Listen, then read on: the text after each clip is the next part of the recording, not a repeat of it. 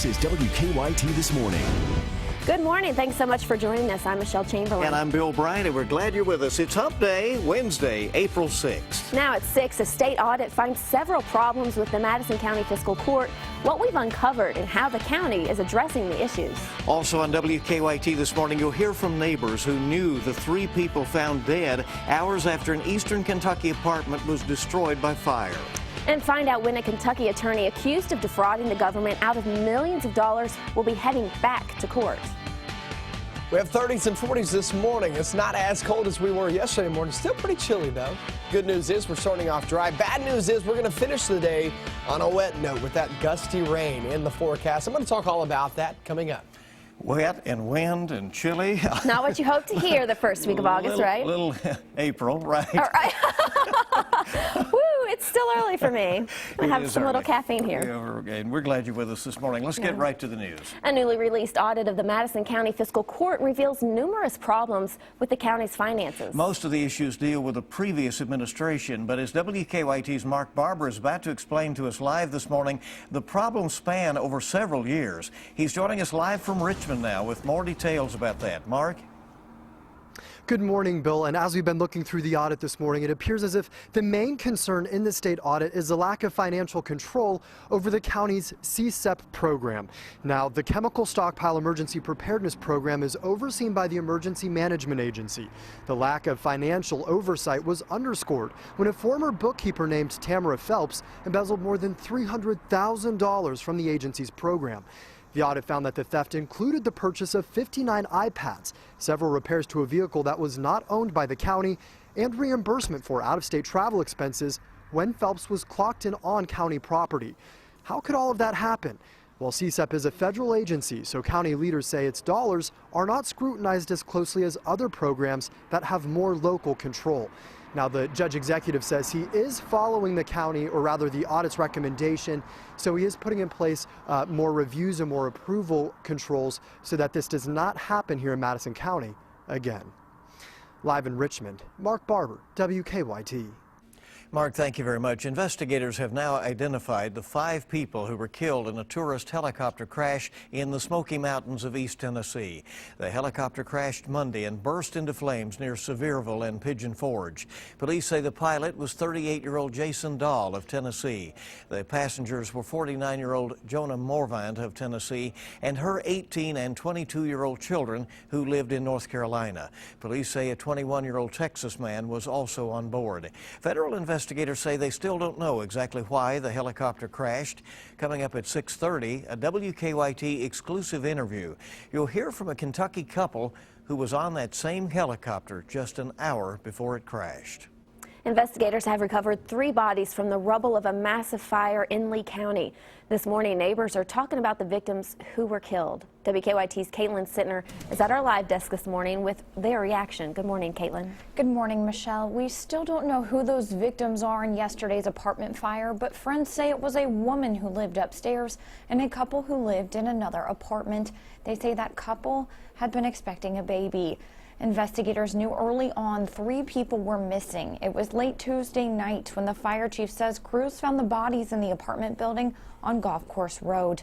The severity of the fire kept crews from getting inside for a number of hours. When firefighters pulled up in the early morning hours on Tuesday, they say the rear of the building was engulfed in flames and the roof was starting to collapse. Neighbors say that fire nearly spread to a nearby house. If the wind had been blowing like it normally does out of the southwest, the other house here would have definitely been on fire. It was a huge fire. 10 others were able to make it out of the building safely. Now this fire does remain under investigation.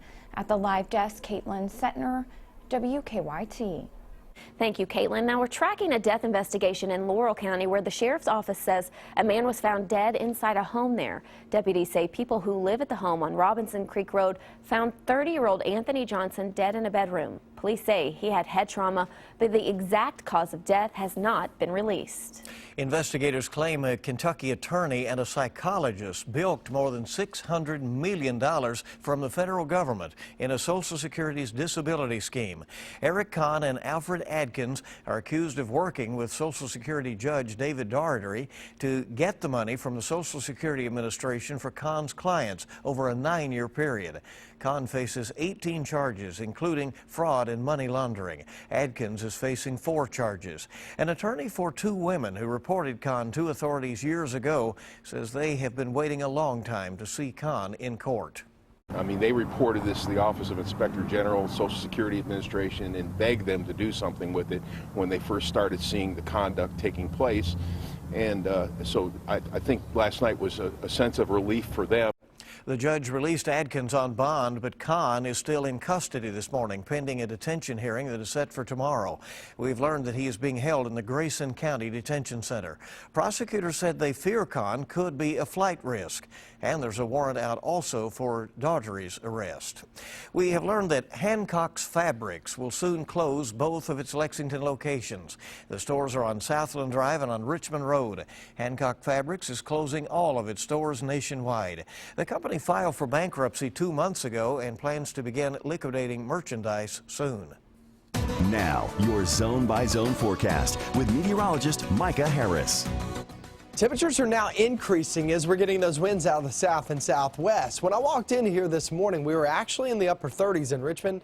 Now we're at 45 degrees. Lexington was upper 30s, now 40 degrees. And the only way you can do that when the sun's not up is actually get those winds out of the south and southwest. But let me tell you this, they're not really cranking up that much right now.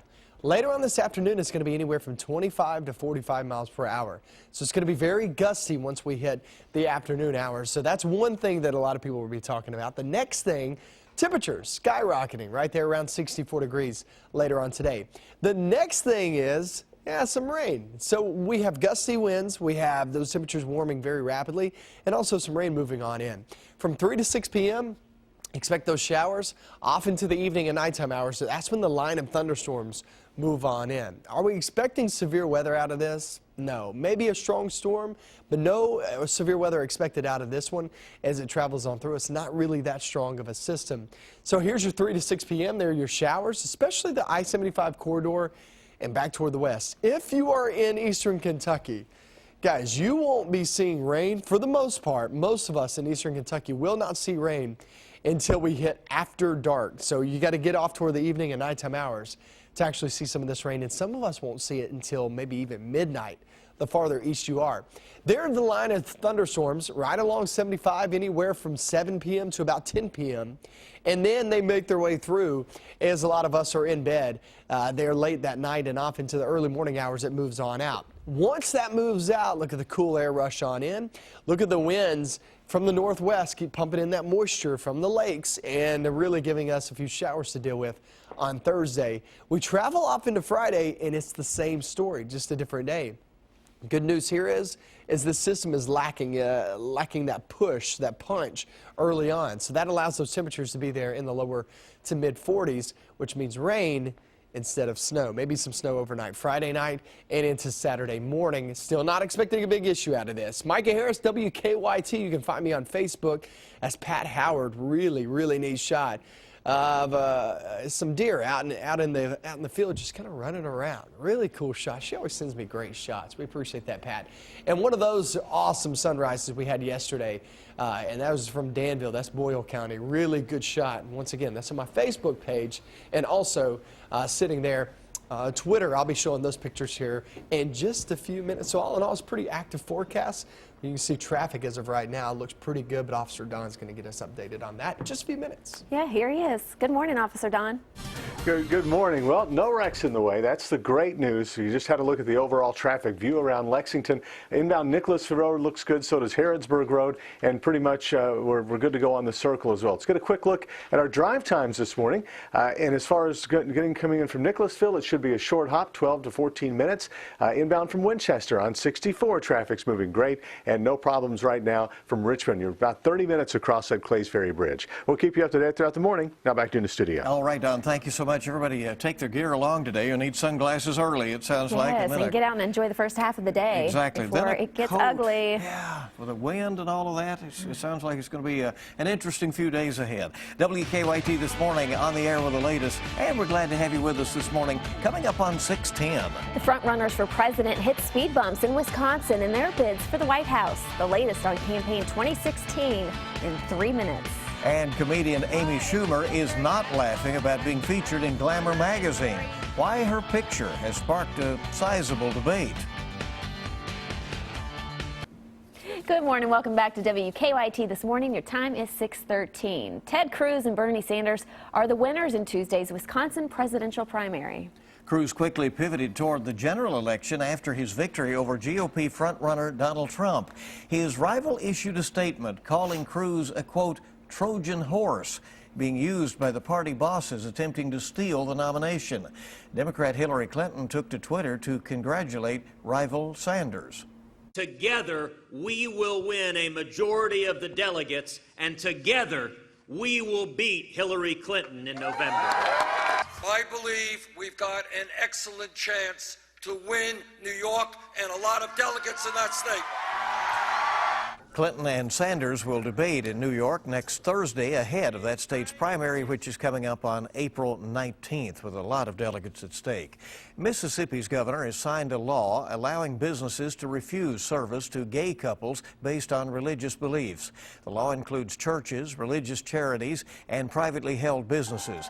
Individual government employees may also refuse service, but the law says governments must still provide services. Gay rights groups and some businesses have been speaking out against the law.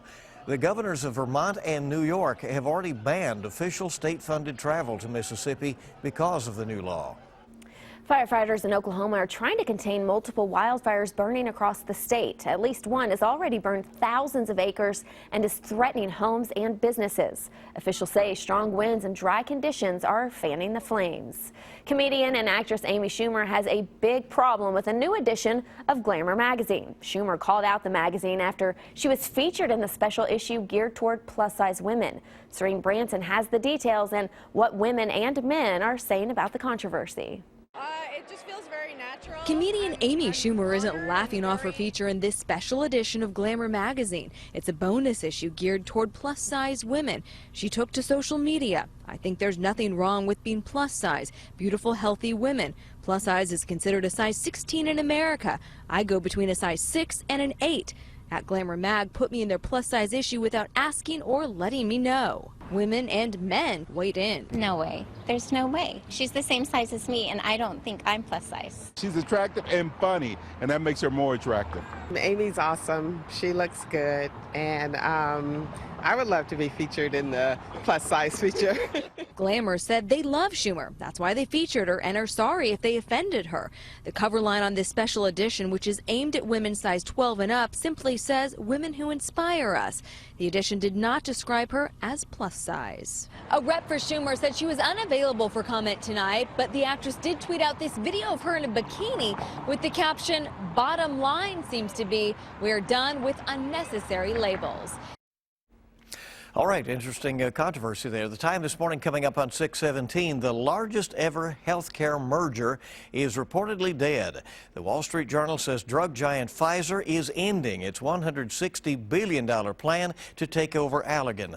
The move comes after the Treasury Department unexpectedly announced new rules to make so-called tax inversions less profitable. Pfizer would have paid dramatically lower taxes by moving its headquarters to Ireland, where Allergan is based. Ford is moving ahead with plans to build a new $1.6 billion assembly plant in Mexico. The new plant will create about 2,800 jobs. Workers will build small cars that will be sold in the United States.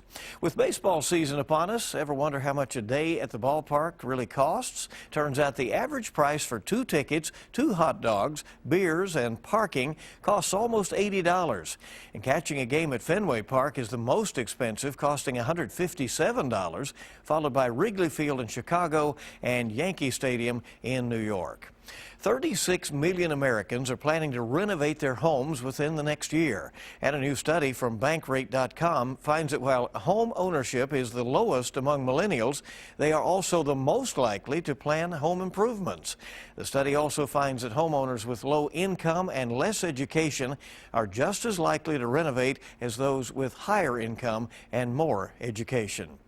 Well, when it comes to weddings, less is more. A new study from The Knot finds that couples spent a record high $32,000 on weddings in 2015, even though they are inviting fewer people.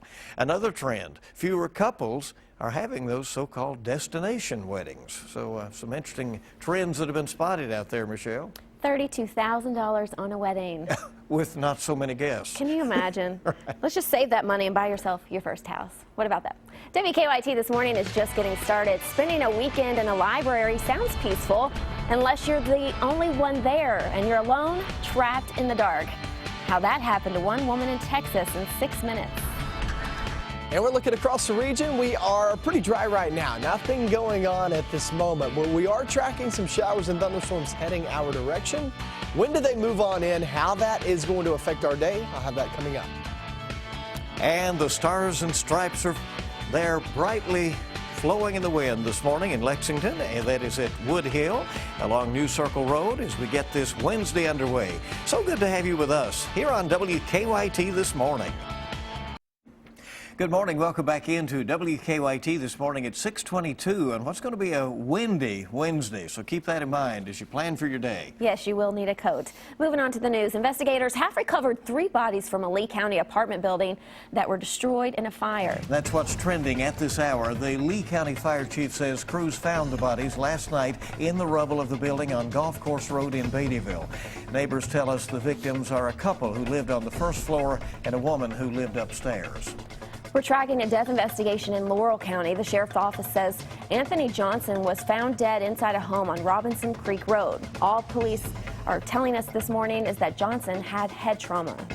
Eric Kahn is due back in court tomorrow. Investigators say the Eastern Kentucky attorney, along with a psychologist and a judge, defrauded the federal government of more than $600 million in a Social Security's disability scheme. An arrest warrant is still out for that judge. As we said, we anticipate those winds picking up this afternoon, and it looks like a cold weekend. Here's Micah. Yeah, we're in the 20s or 30s and 40s this morning. Then we get into the afternoon, those winds really cranking up anywhere from 25 to about 45 miles per hour. And what that's going to do is that's going to pump in some moisture and some warmer air out ahead of this next system. We're good this morning, dry conditions. It is quite chilly, though, 30s and 40s. You'll need that light coat before you take off. And that goes for Eastern Kentucky, too. You guys in the freeze warning areas, that's from the National Weather Service there in Jackson and Breathitt County. More than likely, you will not see freezing temperatures over there. So the freeze warning will be taken off shortly, but we'll see those temperatures continue to rise because of those winds coming in from the south and southwest. So it's a chilly start. But as we go through the day, it actually gets pretty mild toward the afternoon, 64 degrees, so you can get rid of that coat. But the rain moves in 3 to 6 p.m. That's showers, maybe a rumble of thunder, but really the thunderstorm activity comes during the evening and night. The focus of our forecast is this gusty rain ushering in that winter feel. And that winter feel, you'll feel it tomorrow, Friday, Saturday, maybe Sunday, but for sure those 3 days. We're going to talk all about that and what you can expect out of those days coming up. A wintry feel in spring. It's not what you hope for, right? It is not. The time this morning is coming up on 6:25. This is one of those, things you just hope doesn't happen, right? I hope not. A Texas woman is safe after spending, get this, most of the weekend trapped inside a bathroom at a Texas library. Yeah, the woman was at the West Waco Library around closing time on Saturday. When she went into the restroom, she somehow got trapped in a stall. Well, the building was then locked up, and she was left there alone with no cell phone to call for help. The woman was finally rescued when the staff came in early Monday. Oh, can you imagine? Just hate it when that happens, At right? least she was able to go to the bathroom while she was trapped. Correct. She had that convenience, I guess. All right, the San Diego Zoo has welcomed up a baby southern white rhino. It's cute. That's right. The yet-to-be-named male calf was born to mother Holly and father Mateo. The baby was Holly's first in 10 years of breeding, making its birth especially exciting. Zoo officials credit a change in diet to the long-awaited offspring. They say chemicals in certain plants may play a role in the low fertility seen amongst southern white rhinos. The zoo hopes their findings can help improve the population of southern white rhinos outside of Africa. All right, isn't it amazing how big he already is? Oh, look how cute. Yeah, all right. It's a big species. Yeah, it's good to have you along. We have all of our top stories coming up for you on WKYT. WKYT This Morning returns. More demolition is planned for downtown Lexington. We'll tell you where and when and what will be going on in that old space. And a reminder, tonight's Powerball jackpot is $148 million. Friday night's Mega Millions jackpot is $65 million. We'll be right back on WKYT This Morning.